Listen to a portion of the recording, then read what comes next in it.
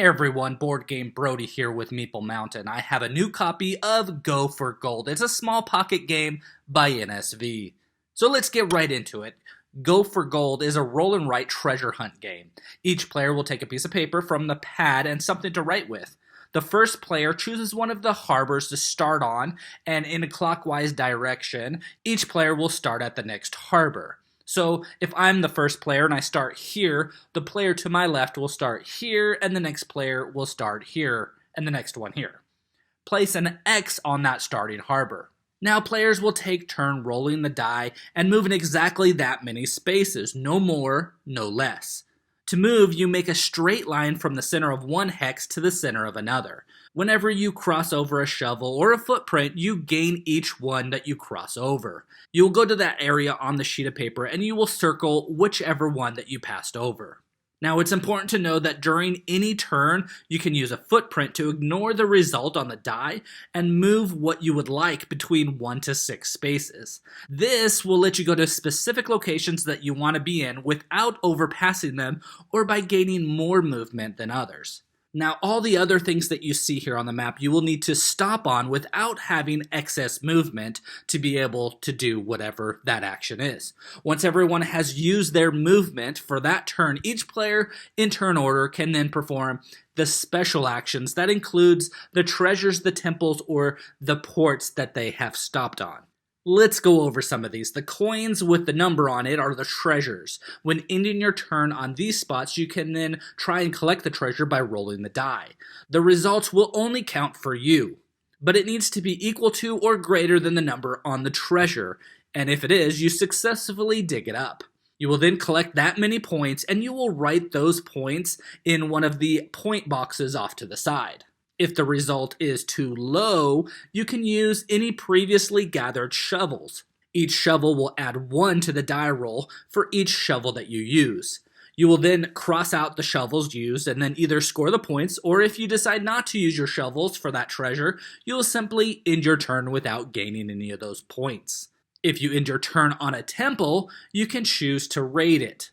Temples can only be raided successfully by one player, so previously raided temples can no longer be raided. If multiple players try to raid a temple on the same turn, it will then go in player order as to who first tries to raid it.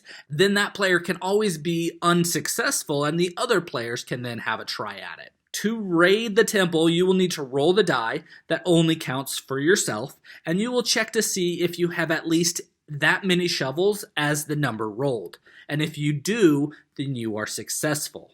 Successful raids will score you 9 points, but when succeeding, you will cross out all the shovels that you currently possess. You also need to tell all the other players that you successfully raided that certain colored temple so that they can cross it out on their sheet, as they can no longer raid it for themselves. Now, if you have fewer shovels than the number rolled, you become cursed, and you will write in -1 points in one of your point boxes, and all other players will still have a chance to raid it themselves. The last special location is one of the ports. When crossing over a port, your movement ends immediately. You will then cross out a port space that you haven't visited yet.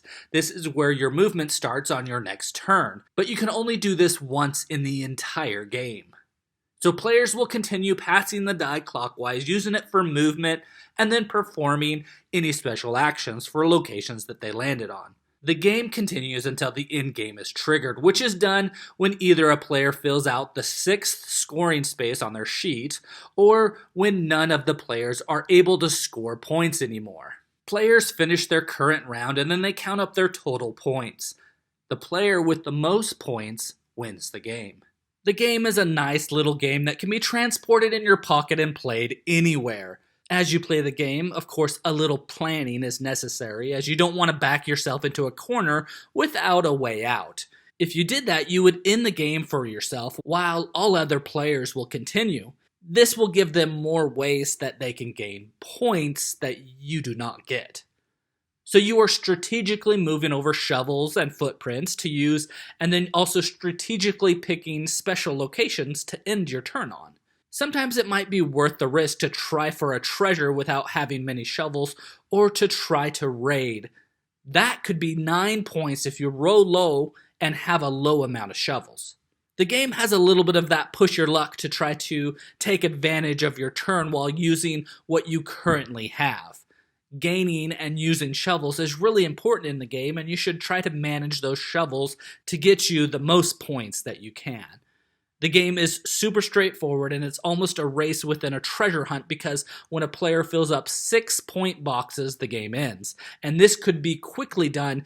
When you fail a raid on a temple, then you get -1 points taking up one of those boxes.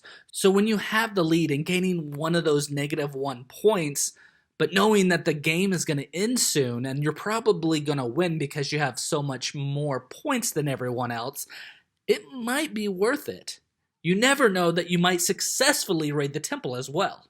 There are 2 different maps. One is more basic and the other is a little bit more advanced, like it has some water that you cannot pass over, and it makes it more challenging to explore around it.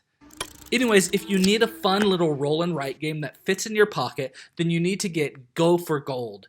Find the best treasure and raid the most temples to become the best explorer between your family and friends in Go for Gold by NSV. Again, this is Board Game Brody. I hope you enjoyed this video. Stick around and check out some other board game reviews to see what you might want to get to the table.